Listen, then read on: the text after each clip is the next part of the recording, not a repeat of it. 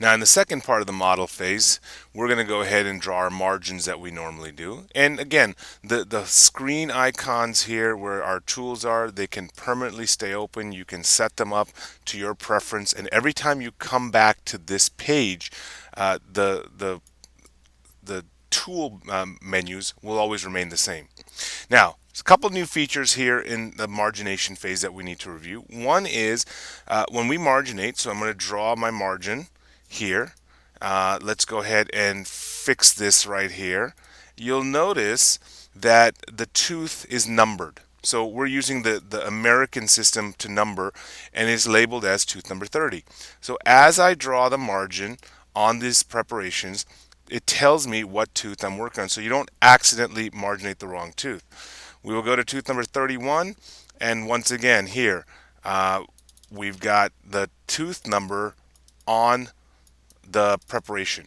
So this way, as I'm moving around, the software keeps track of what tooth it is that we're working on. So we'll define the insertion axis for each tooth. And again, we have a help menu.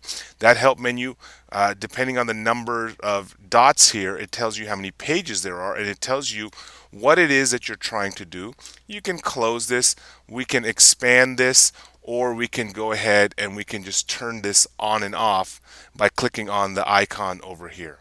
Okay, so we've defined the insertion axis for number 31. Let's do the same thing for tooth number 30. We'll set the insertion axis over here. And then once we set the insertion axis, there's a new feature that users are going to find very helpful. This is called preparation analysis. Now, if we look at this preparation, you'll see that this preparation has a little bit of a rough margin. This is why I selected this case. So we're going to click on preparation analysis, and we've got some new features here that we have the ability to evaluate our preparation. Now the first is we have the distance to the antagonist. So I'm going to move my display objects out of the way here. I usually like my display objects here on the side. For this particular case, we've got distance to antagonist. So it tells me the distance according to this color wheel from the opposing dentition. Okay. The next one that we have is our undercuts. Where in the software do we have, or in the preparation, do we have any undercuts?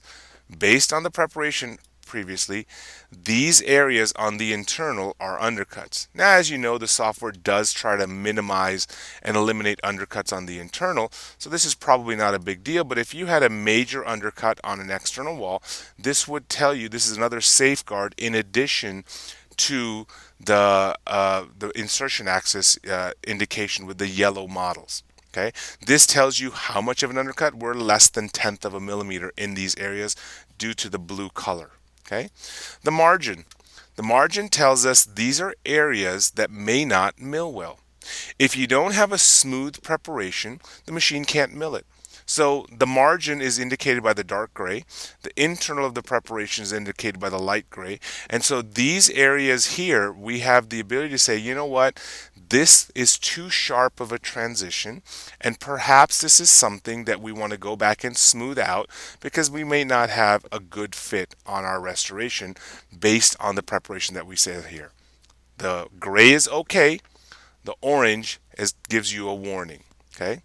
Finally, we have the surface, and the surface is our indication that, are we convex, are we concave, and are there any areas that might not mill properly? This area is a little bit of a sharp preparation. This area is a little bit of a sharp preparation. So again, it gives you feedback on your preparation. Now notice that this is in the preparation analysis. This is not a mandatory step. You can skip this. You do not have to go and check your preparation every single time. This is optional. So once you get used to the preparation, you can just skip it. However, this is very helpful for new users. If I click on my step menu down here, it will minimize the optional steps, and then you can have access to them by clicking on the tabs over here. With that, let's move forward to the design. And again, the tool menus will remain the same based on whatever step you are. It'll remember your last configuration.